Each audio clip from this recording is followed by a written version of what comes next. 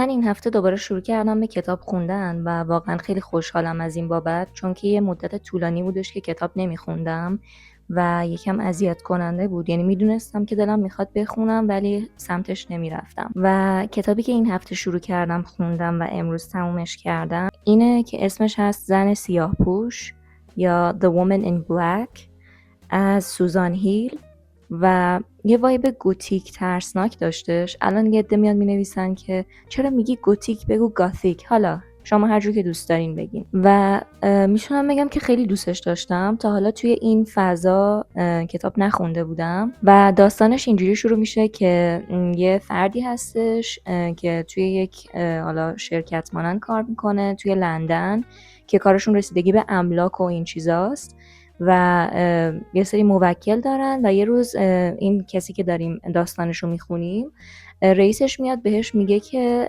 یه مأموریتی برات دارم و یکی از موکلاشون فوت کرده به اسم خانم درابلو که قراره این آدم بره و به املاک و مثلا دارایی‌های اون زن رسیدگی بکنه حالا که نیستش.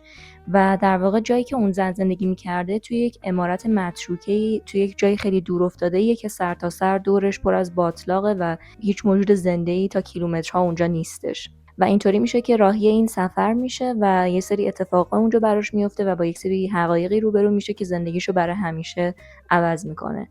و در واقع داستانش ترسناکه و توش شبح و این چیزا داره، اما نه جوری که آبکی باشه. و اگر که این سبک کتابا رو دوست داشته باشین به نظرم انتخاب خوبیه.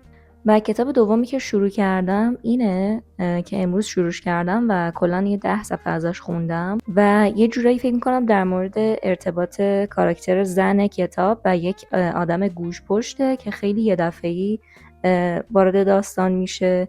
و این خانومی که داخل کتاب هستش یعنی کاراکترش یه کافه داره و داستان از اونجا شروع میشه که این آدم گوش پشت از راه میرسه و ادعا میکنه که خویشاوندشه.